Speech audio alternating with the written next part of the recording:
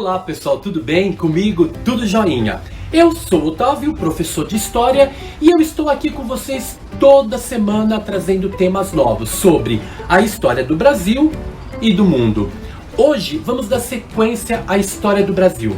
Vamos falar sobre a Primeira República ou República Velha no Brasil, que se inicia em 15 de novembro de 1889, com o fim da monarquia no Brasil, e vai até 1930 com a chamada Revolução de 30, que se dá com o início da Era Vargas. Ao final do vídeo eu vou explicar a vocês por que muitos dizem Primeira República e outros República Velha. Fiquem ligados. Esse período da Primeira República podemos fazer a distinção de dois períodos.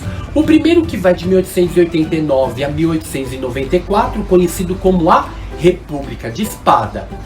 Por que desse nome?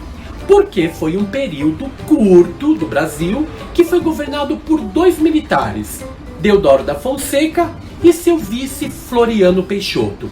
E o outro período, que vai de 1894 a 1930, que foi iniciado com o presidente Prudente de Moraes, que também marcou o fim da República de Espada. E não para por aí não. Vamos falar das características desse período, da política, economia e por fim vamos falar da decadência da Primeira República. Para você que está chegando agora, vou pedir um favorzinho.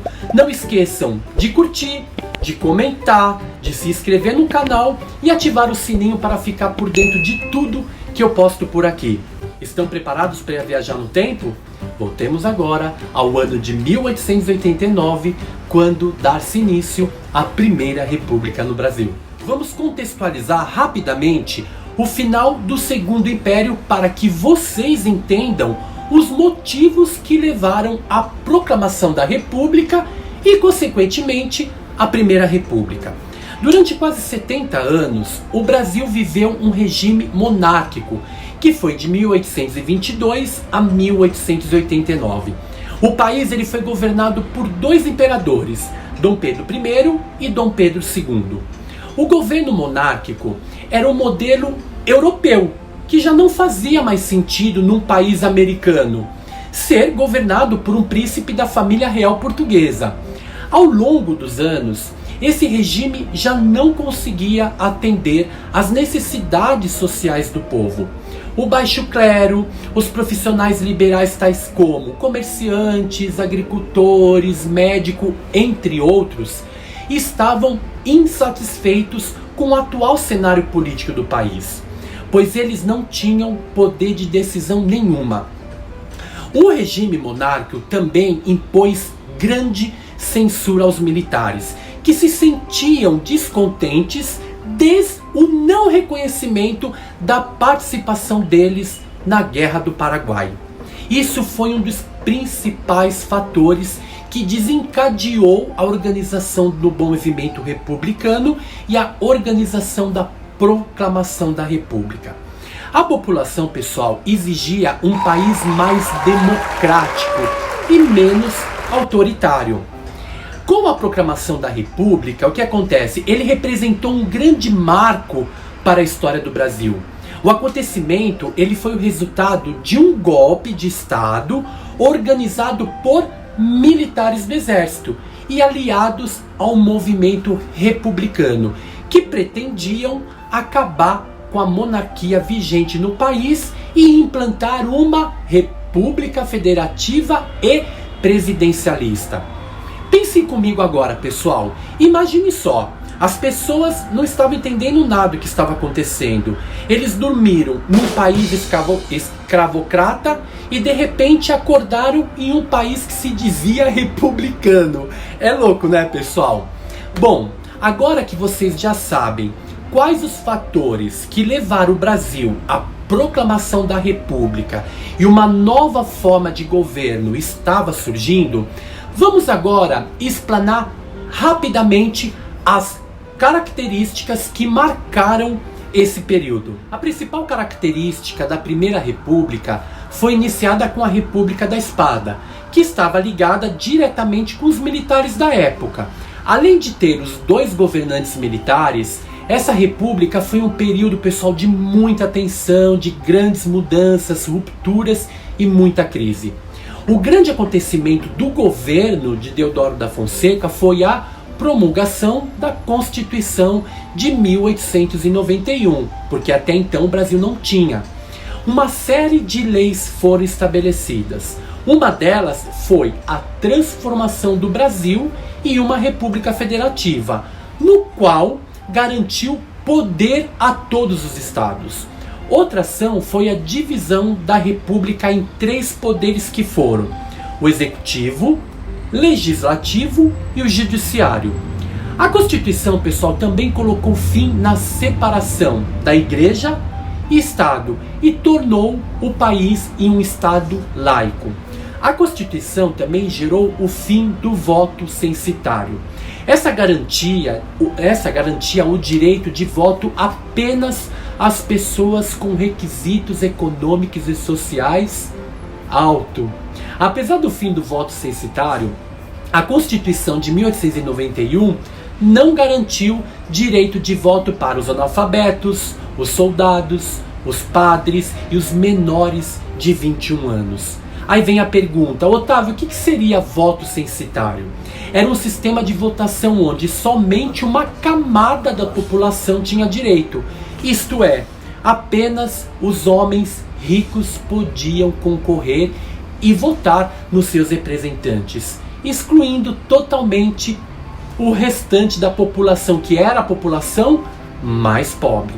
Deodoro da Fonseca foi eleito de forma indireta como presidente do Brasil, logo após a aprovação da Constituinte em 1891.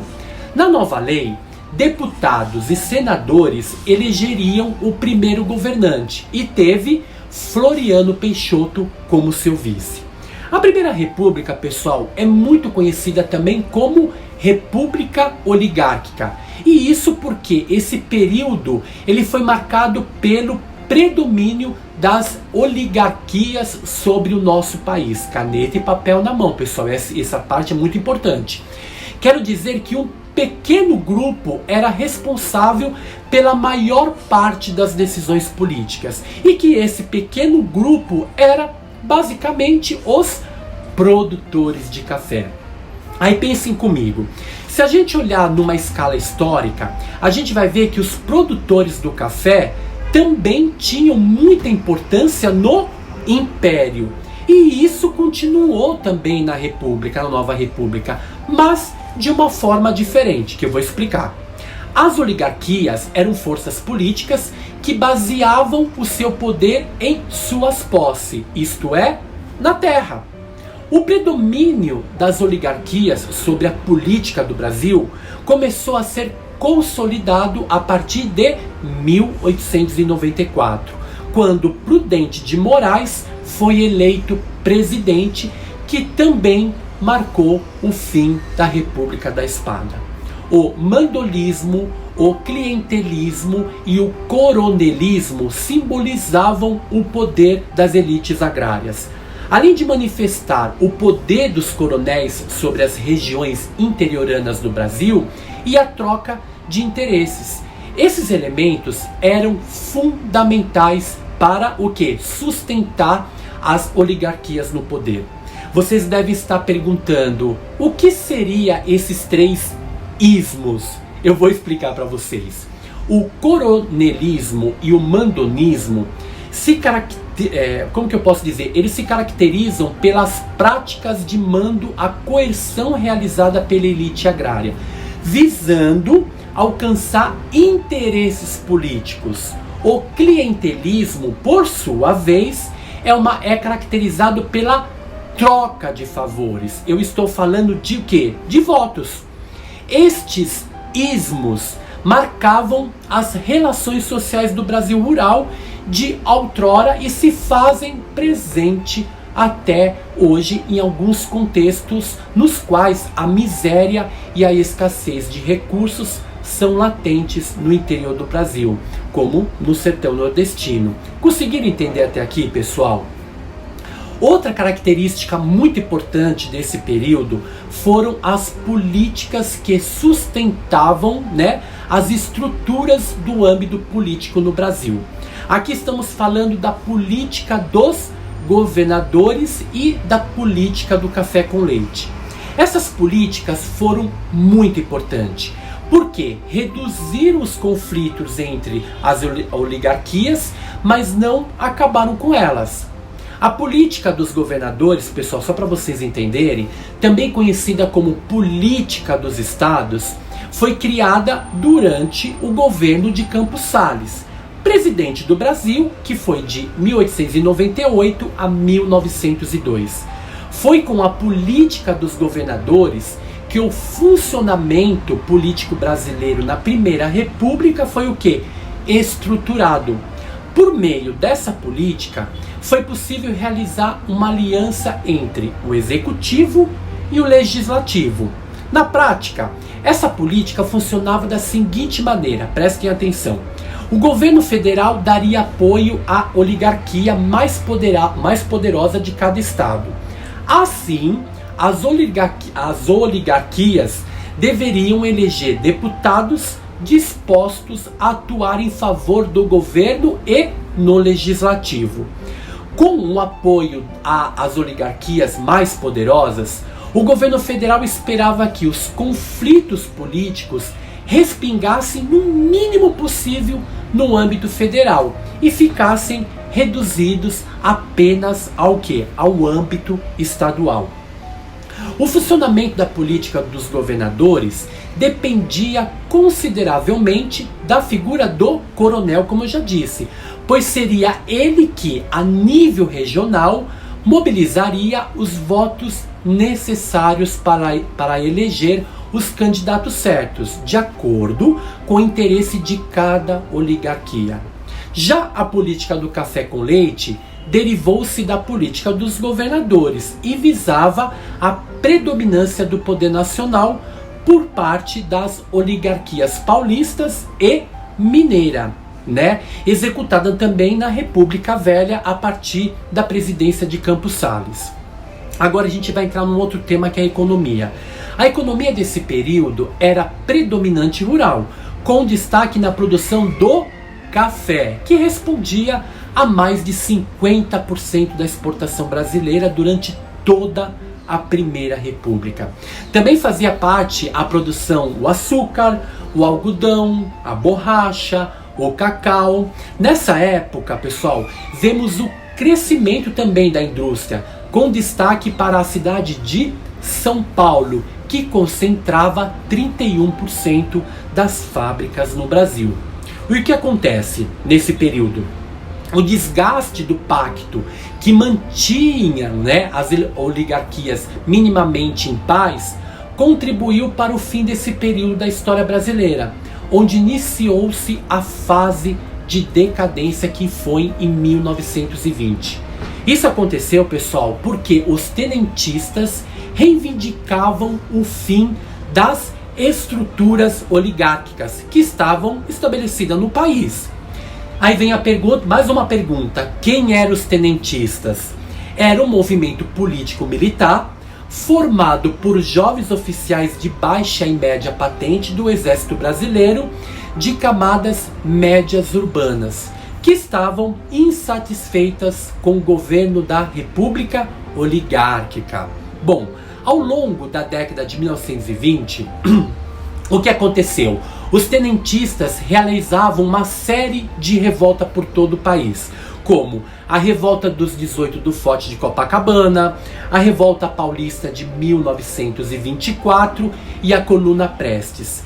Importante também mencionar, pessoal, que a Primeira República ela foi um período marcado por tensões sociais que resultaram em conflitos por diferentes regiões do Brasil. Aqui a gente pode citar a Guerra do Canudos, a Revolta da Armada, Guerra do Contestado, a Revolta da Vacina, a Revolta da Chibata, entre outros, que agora não estou lembrando. O estopim para o fim da Primeira República foi a eleição presidencial de 1930. Naquela ocasião, o presidente Washington Luiz resolveu romper o Pacto de Ouro Fino, em vez de lançar um candidato mineiro, ele fez o quê? Ele optou por lançar Júlio Prestes, que era um candidato paulista. O que acabou com isso? O que aconteceu, pessoal? Com isso acabou desagradando profundamente a oligarquia mineira, que se aliou à oligarquia gaúcha e aos tenentistas, e juntos lançaram quem? Getúlio Vargas como candidato presidencial. Getúlio Vargas, ele foi derrotado, mas membros de sua chapa eleitoral, inconformados com a derrota, o que eles fizeram? Eles começaram a conspirar contra o governo. A desculpa utilizada pelos membros da Aliança Liberal para iniciar uma revolta armada contra o governo foi que o assassinato de João Pessoa. Quem era João Pessoa? O vice-presidente de Vargas. O assassinato de João Pessoa, porém, não teve relação com a disputa eleitoral entre Júlio Prestes e Vargas, só para ficar bem claro para vocês. A revolta contra o governo foi nomeada de Revolução de 1930. Iniciou-se em 3 de outubro de 1930 e no mesmo mês, no dia 24, resultou na deposição de Washington Luiz da presidência. Júlio Prestes, ele foi impedido de assumir a presidência do Brasil. E em novembro do mesmo mês, Getúlio Vargas, preste atenção, ele foi empossado como presidente provisório do país, pessoal. Vou ressaltar aqui, ele não foi eleito, e sim ele estava no poder provisoriamente. Essa época, o que acontece? Ela marcava o fim da Primeira República e o início da Era Vargas, período que se estendeu por 15 anos. Agora muitos de vocês devem estar perguntando por que Getúlio Vargas deu o nome de Revolução de 1930. Vocês saberiam dizer?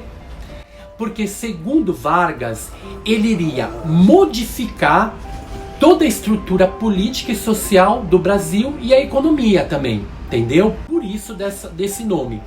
Vocês se lembram que no início do vídeo eu disse que iria explicar por que do nome Primeira República para muitos e para outros Velha República? Vocês estão lembrados? Então vamos lá. Não está errado pronunciar essas duas, Primeira República e Velha República. Quem deu o nome de República Velha foi quem? Getúlio Vargas. Por quê? Eu vou explicar para vocês. Ele queria mostrar que tudo que veio antes dele era ultrapassado. E a partir do mandato dele seria o quê? Tudo novo, mais contemporâneo. Conseguiram entender? Bom, vamos lá. Nos próximos vídeos ainda continuaremos falando da República Velha. Vamos focar nas revoltas que marcaram esse período. Se eu fosse vocês, não perderiam por nada. E chegamos ao fim do nosso tema de hoje. O assunto ele é complexo, ele é extenso, eu precisei resumir, entendeu? Porque como é muito grande, não dá para trazer tudo aqui, senão o vídeo vai ficar muito grande, tá? E eu trouxe principalmente os principais acontecimentos para vocês entenderem. Espero que vocês tenham gostado do tema de hoje. Não esqueçam de curtir, é muito importante para mim. Comentem, se inscreva no canal, ative o sininho para ficar por dentro de tudo que eu posto por aqui, pessoal. E eu desejo a vocês um ótimo abraço, fique com Deus e até o próximo vídeo. Tchau, tchau.